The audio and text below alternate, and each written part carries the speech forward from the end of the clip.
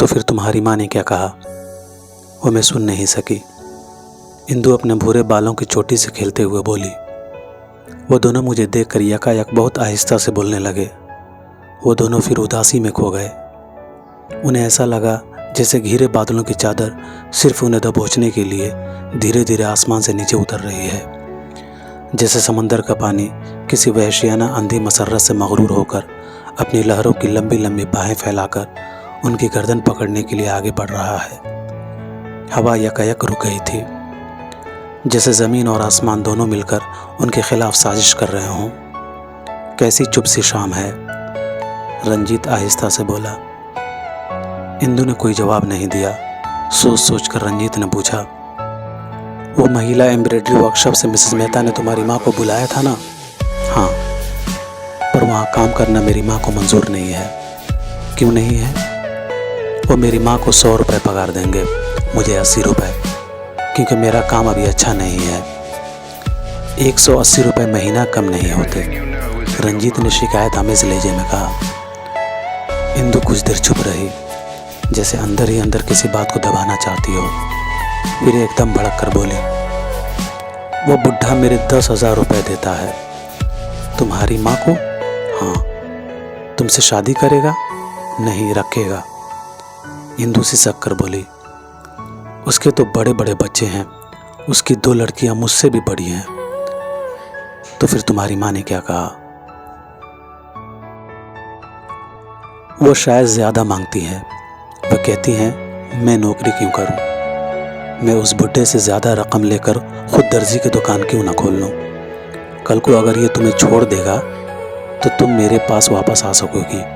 तुम्हारे लिए सड़क या फारस रोड का कोठा नहीं होगा, अपनी छोटी सी कशीदाकारी वर्कशॉप होगी। सारी उम्र हमने चुकी खोली झोपड़ापट्टी में काटी है। अब ये एक चांस मिला है, उसे क्यों छोड़ें? उसने अभी तो ये सब कुछ मुझसे नहीं कहा, पर उसकी आंखें कहती हैं मैं समझ सकती हूँ। फिर वो तुमसे साफ साफ बात क्यों नहीं करती? इसलिए कि मुझसे साफ साफ जवाब नहीं सुनना चाहती। दूसरी बात यह भी है कि वो मेरा भाव बढ़ा रही है, रंजीत ने पुरुम्मीद लहजे में कहा। मुमकिन है इसमें हमें कुछ वक्त और मिल जाए। कितना वक्त तुम और चाहते हो? इंदु ने ज़रा तनक कर कहा। 2 साल से मैं तुम्हारा रास्ता देख रही हूँ। कैसे कैसे हीले जतन करके मैंने अब तक अपनी माँ को और उसके पास आने वाले बुड्ढों को टाला है, मगर यह बुढ़ा टलता दिखाई नहीं देता। 7 महीने से रोज आ रहा है। रंजीत ने इंदु के हाथ अपने हाथ में ले लिए। खुद उसके हाथ बड़े सख्त थे। मोटर मैकेनिक का काम सीख रहा था और अभी उसे सिर्फ 70 रुपये मिलते थे। यह गैराज उसके बाप का था, मगर उसका सख्त गिर बाप उससे गैराज में काम करने वाले दूसरे नौकरों की तरह सलूक करता था और जेब खर्च के लिए सिर्फ 70 रुपये देता था। भास्कर ने अपने बेटे रंजीत को मैट्रिक से आगे नहीं पढ़ाया था, क्योंकि वो अपने बेटे को अपने बाद गैराज का मालिक बनाना चाहता था। काम करने वाला मालिक, ऐश करने वाला मालिक नहीं। क्योंकि बम्बई में बहुत से गैराज हैं, मगर चलते वही हैं जिनके मालिक खुद से काम करते हैं और मशीन के एक एक पुर्जे से वाकिफ़ होते हैं। यही वाकफियत वो रंजीत को वदियत करना चाहता था और रंजीत भी दिल लगाकर मेहनत करना चाहता था, मगर उसका आधा दिल काम में लगता था, आधा दिल हमेशा कहीं और रहता था और मशीनों के ऊपर धुंधले धुंधले गुलाबी ख्वाब मंडला रहे थे। और वह बहुत सी गलतियां करता जाता, जिससे उसका सख्त गिर बाप और भी खफा होता था। एक रोज़ रंजीत ने डरते डरते अपनी माँ से इंदु के संग शादी का जिक्र भी किया था, तो कई दिन तक उसके घर में वक़्त बनी थी कि अब उसने शादी का जिक्र करना भी छोड़ दिया था। इंदु से उसका जिक्र उसने कभी नहीं किया था और उसे हमेशा यही तसल्ली दी थी कि एक न एक दिन उसका सख्त गिर बाप उस पर ज़रूर मेहरबान हो जाएगा, मगर कब? जब इंदु इससे यह पूछती तो वह उसके हाथ अपने सख्त हाथों में लेकर रह जाता। इंदु के हाथ देखने में बहुत खूबसूरत थे, मगर मुलायम नहीं थे। बाह के दूसरे हिस्सों की तरह इंदु की हथेलियाँ नरम नहीं थी, हालांकि देखने में उसकी लंबी लंबी उंगलियां मोमी कलमों की तरह नजर आती थी। मगर घरदारी, झाड़ू कटका, बर्तन मांजना, कपड़े धोना, इन सब कामों ने उसकी हथेलियों को पत्थर की तरह सख्त बना दिया था। पहले तो इन हथेलियों का लम्स रंजीत को खुल जाता था, फिर धीरे धीरे मोहब्बत की आंच में वो मोमी कलमें पिघलने लगती और उनका लम्स फूल की पत्ती की तरह लतीफ़ और मुलायम हो जाता। फिर इंदु की उंगलियां रंजीत की उंगलियों में घुल सी जाती। अब मेरी माँ ज़्यादा वक्त नहीं लेगी। इंदु की दर्द भरी आंखों में एक गंभीर सोच आने लगी। रंजीत कुछ बोला नहीं, मगर वह सवालिया निगाहों से इंदु की तरफ देखने लगा, क्योंकि एक और भी लड़की है। इंदु के दिल में औरत की रकाबत जाग उठी। बुड्ढा इसमें दिलचस्पी लेता है। रानी बाला? रंजीत ने पूछा। तुम्हें कैसे मालूम? इंदु ने चौंक कर पूछा। रंजीत को इसलिए मालूम था क्योंकि इंदु पर दिल आने से पहले उसका दिल रानी बाला पर आया था। रानी बाला इंदु के घर के करीब ही रहती थी और उसमें झोपड़पट्टी में रानी बाला और इंदु ही दो ऐसी गरीब लड़कियां थीं जिनका हुस्न इस इलाका में किसी शोहरत का मोहताज नहीं था। रानी चंचल स्वभाव की थी और इंदु से उम्र में 2 साल कम भी थी। उसका हुस्न ऐसा था जो मोटर ड्राइवरों और कॉलेज के नौउम्र छोकरों को सीटी बजाने पर मजबूर कर देता है। उसके हुस्न का हुमक और तीखापन 50 गज के फासले से महसूस होने लगता था। बिलअमूम ऐसा हुस्न बहुत जल्द खिलता है और बहुत जल्द मुरझा भी जाता है। उसका नशा पायदार नहीं होता, मगर जब तक होता है बहुत तुंद और तेज़ होता है। रंजीत ने पहले चंद दिनों में ही महसूस कर लिया था। फिर रानी बाला के आशिकों में आवारा मिजाज छोकरों की तादाद बहुत ज़्यादा थी। उसकी माँ 3-4 घरों में बर्तन मांजने का काम करते थे, मगर उससे आज के महंगाई के ज़माने में कहाँ परवड़ता था। रानी का बाप 4 साल पहले एक मिल में नौकर था, मगर ये एक हादसे में अपना दायां बाजू कटवा बैठा था और अपने बाजू की जो कीमत उसे मिल से मिली थी वो उसे 4 सालों से खाकर घर में निकम्मा बैठा था। और ये मजबूरी की बेकारी इंसान को होले होले घुन की तरह खा जाती है। अंदर का सारा गुदा उसकी सारी इज्जत, शराफत, खुश चलने और ईमानदारी को खा जाती है। बस ऊपर का खोल रह जाता है जिसके अंदर से एक भयानक खला झांकता है। ये वो बीमारी है जो कैंसर से ज़्यादा ख़तरनाक है।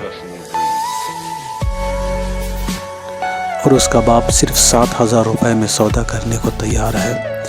इंदु ने किसी कदर तहकीक से कहा, मगर तुम्हें कैसे मालूम? उसने फिर पूछा। रंजीत ने कहा, जिन दिनों मुझे तुम्हारे घर आने की इजाज़त थी मैं अक्सर उसे रास्ते में देखा करता था। उसका घर तुम्हारे से पहले पड़ता है ना रास्ते में, मगर तुमने मुझे आज तक नहीं बताया। इंदु ने किसी अंदरूनी हसद से झुलस कर कहा और उसने अपना हाथ रंजीत के हाथ से निकाल लेना चाहा, मगर रंजीत ने अपनी गिरफ्त ज़्यादा मजबूत कर दी। इसमें बताने की कौन सी ऐसी बात थी? उसने तुमसे कभी कोई बात की? नहीं। तुम उसके झोंपड़े में कभी गए? कभी नहीं। कसम खाओ, जिसकी कसम चाहो खिला दो। इंदु चुप हो गई, चंद लम्हे गुस्से में खोलती रही। फिर यकायक उसके चेहरे पर एक फातिहाना मुस्कुराहट नमूदार हुई। इत्मीनान भरे लहजे में बोली, अगर तुम मुझसे मिले भी हो कभी तो मुझे क्या, तुमने मेरी खातिर उसे भी छोड़ दिया। बात की तह तक पहुंचने का तरीका औरत का बिल्कुल अपना होता है। मर्द किसी फैसले तक पहुंचने के लिए ज़हनी सफ़र करता है, औरत एक हिस्सियाती सफ़र करती है। मर्द का फ़ैसला खारजी एतबार से ज़्यादा सही होता है, औरत का नफ्सियाती एतबार से। रानी बाला के मुकाबले में दोनों एक ही नतीजा पर पहुंचे थे। हालांकि रंजीत ने जब इंदु के हक़ में फ़ैसला किया था तो रानी उसे जज्बाती तौर पर उलझे बगैर रानी से इश्क करने से पहले ही उसने ज़हनी एतबार से उसे रद्द कर दिया था। इंदु रंजीत का मिजाज समझते हुए यह बात सोचने में हक़ बजानिब थी कि बाला आखिर रंजीत उसकी तरफ खींचा चला आएगा, मगर उसका यह शुबा गलत था कि रंजीत ने कभी रानी से इश्क किया होगा। मगर इतना गलत भी नहीं था क्योंकि शुरू ही में रंजीत के दिल में वो लालच आया था। बाद में इंदु से मिलने के बाद उसे फ़ैसला करने में देर नहीं लगी, क्योंकि इंदु के हुस्न में फितरी शाइस्तगी और हया के बावजूद एक गैर हिंदुस्तानी अजनबियत भी थी जो उसे ज़्यादा पुरकशिश बना रही थी। उसके भूरे बाल, सब्ज आंखें और यूनानी खदोखाल इस गरीब झोंपड़े में कहाँ से पैदा हुई।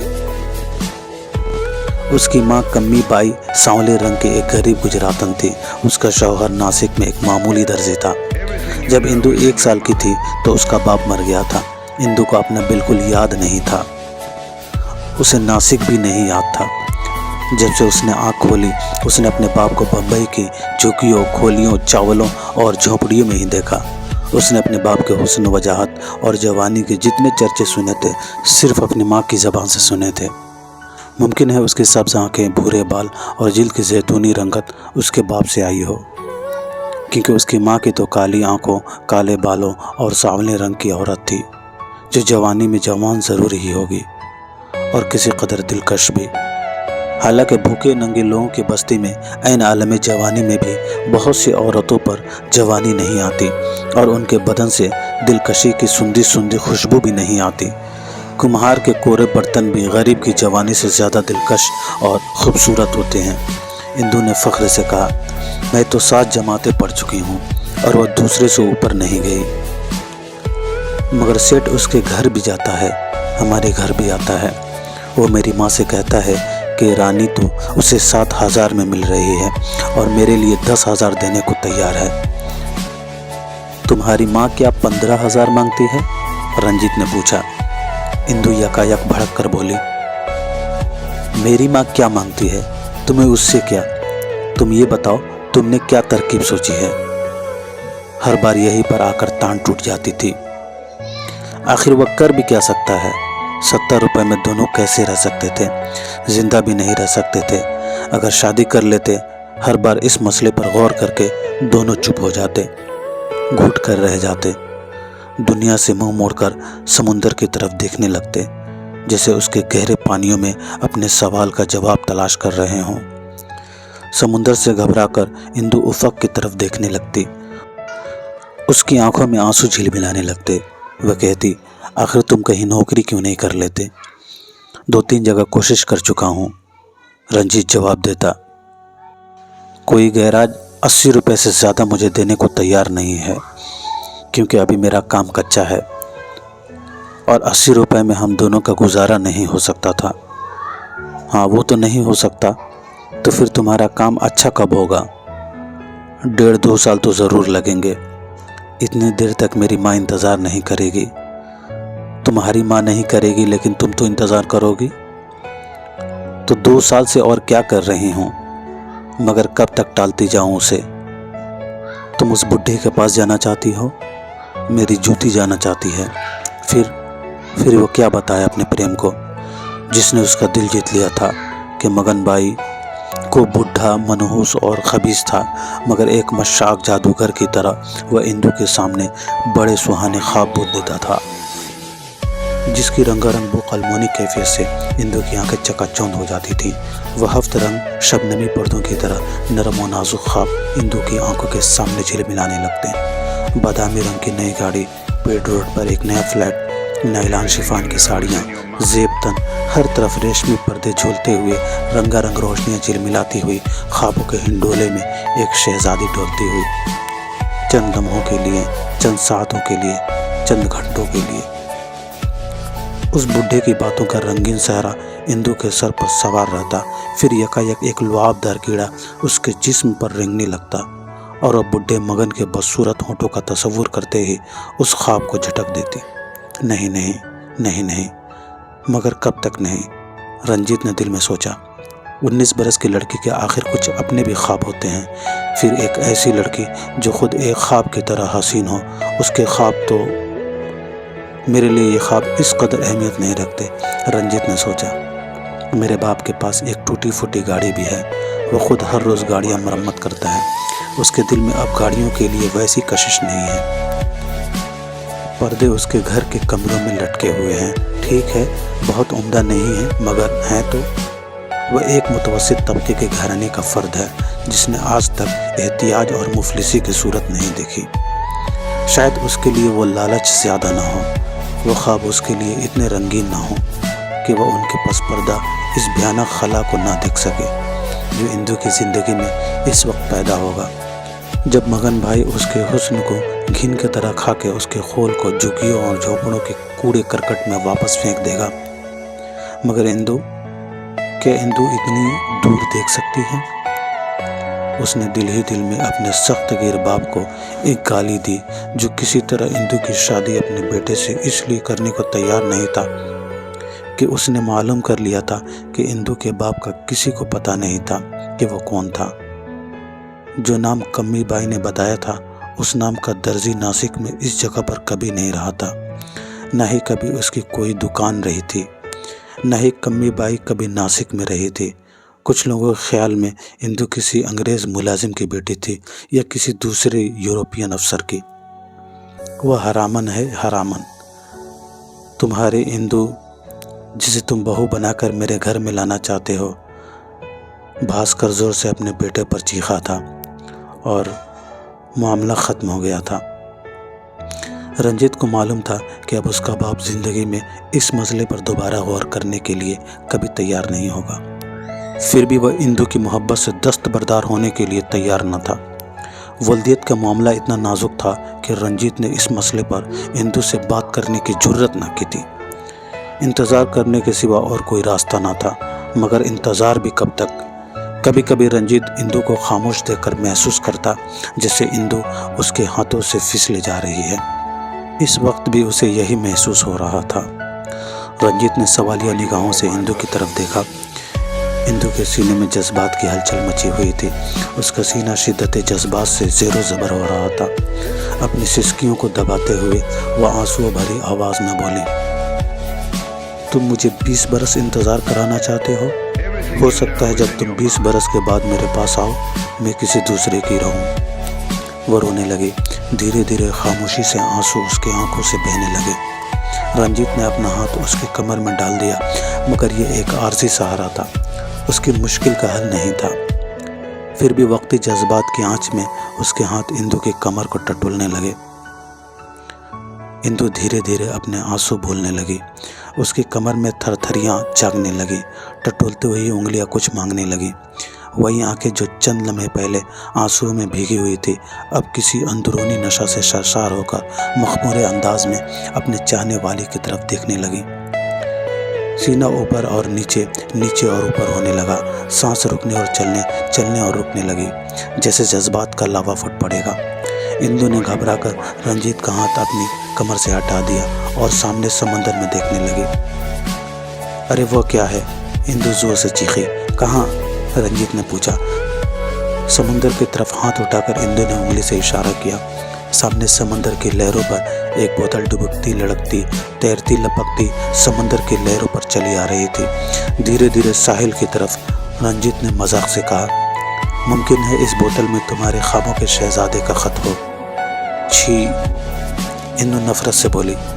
मेरे ख्वाबों के शहजादे तुम हो, सिर्फ तुम।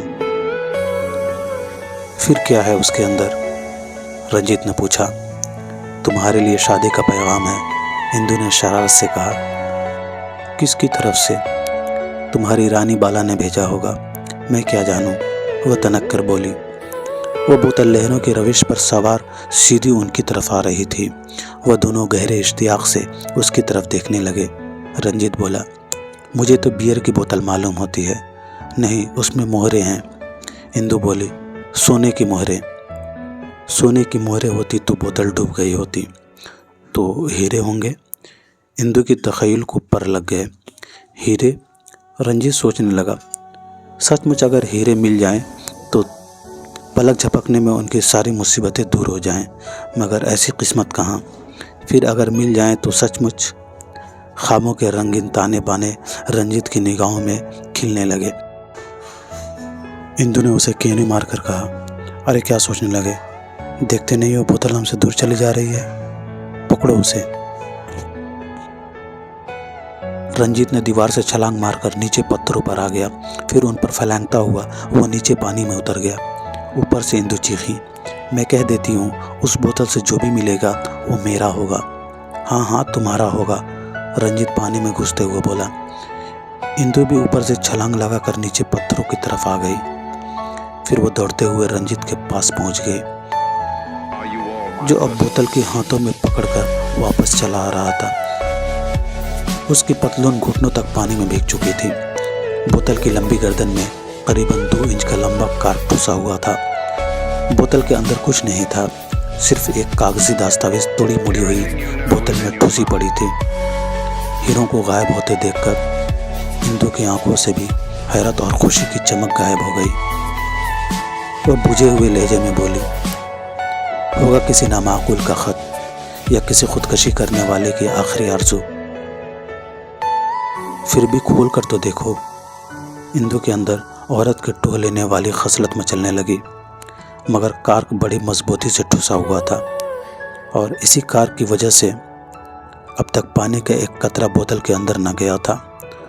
रंजीत ने पत्थर से बोतल का मुंह तोड़ने की ठानी। ऐसा ना करो मोहतात, इंदु बोली। फिर क्या करें? रंजीत ने पूछा। इंदु ने अपने सर के बालों से एक लंबा डबल पिन निकालकर रंजीत को दिया। इसे खोलकर देखो। 10-15 मिनट की कोशिश के बाद रंजीत बंद बोतल से कार्क निकालने में कामयाब हो गया।